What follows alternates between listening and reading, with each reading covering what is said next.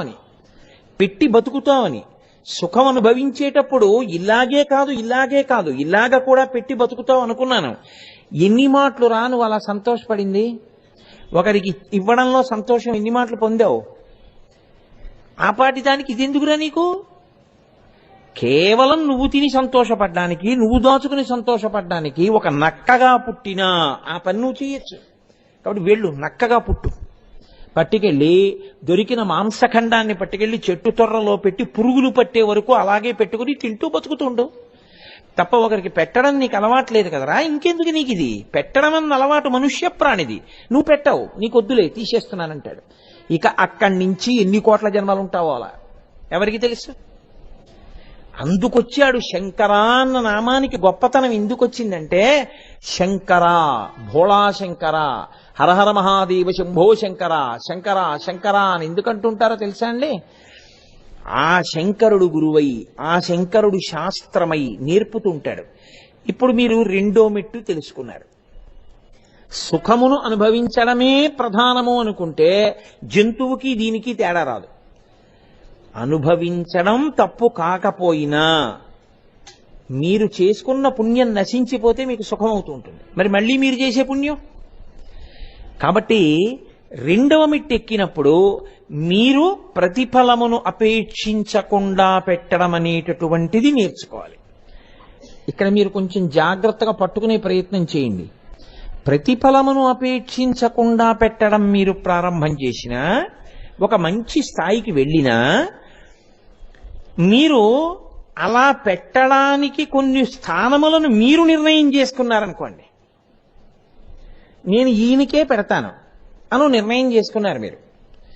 ఇప్పుడు మీకేమవుతుందో తెలుసా అండి? ఆయనకే పెట్టడంలో క్రమక్రమంగా మీకు తెలియకుండానే మీకు ఒక భావన మొదలవుతుంది. ఏమిటంటే, ఈయనకి నేను ఇవ్వాలి, ఈయన నా దగ్గర పుచ్చుకోవాలి. ఇది ఒక అనుబంధాన్ని ఏర్పాటు చేసేస్తుంది. మనసులో సంఘం పట్టుకుంటుంది. అతనికి ఇవ్వాలి, నేను అతనికి ఇస్తూ ఉంటాను, లేదా పెడుతూ ఉంటాను, నేను పెడతాను. ఏదో చూడండి, ఈ వారం ఇప్పుడు నేను పట్టుకెళ్ళి ఫలానా రోజున ఫలానా సమయానికి నేనేదో ఎవరికో పట్టుకెళ్ళి రొట్టెలు పెట్టాలి. అప్పుడు ఏమవుతుందో తెలుసా అండి? మెల్లిమెల్లిగా మీకు అది యాంత్రికమైన ఒక అలవాటు అవుతుంది. అక్కడికే వెళ్ళి అక్కడే కొంతమందికి కొన్ని రొట్టెలు పెట్టి వస్తుండడం. ఇప్పుడు ఏమవుతుందంటే, ఈ సంఘము ఎందుకమ్మా ఎందుకు? ఏమి అంతమందిని తొక్కుకుంటూ వచ్చి ముందు కూర్చుని వినకపోతే మీ చెవిలోకి ఎక్కదా అని చెప్పేది? వెనక వచ్చిన వాళ్ళు వెనక కూర్చోవడం మర్యాద. ఇవాళ వస్తే వచ్చారు, ఇంకెప్పుడు రాకండి అలాగా. కాబట్టి సంఘము ఏర్పడకూడదు. సంఘము లేకుండా జాగ్రత్త పడాలి అంటే ఇవ్వడంలో ఈశ్వరుణ్ణి చూడడం నేర్చుకోవాలి. మీరు చూడండి, అన్నీ విడిచిపెట్టి భరతుడు అరణ్యానికి వెళ్ళాడు. అన్నీ విడిచిపెట్టి అరణ్యానికి వెళ్ళిపోయిన భరతుడు ఒక లేడి మీద వ్యామోహం పొందాడు. ఆ లేడిని పెంచుకుంటూ వచ్చాడు. ఆఖరికి ఏమైంది? పునర్జన్మలో మళ్ళీ ఓ లేడై పుట్టాడు.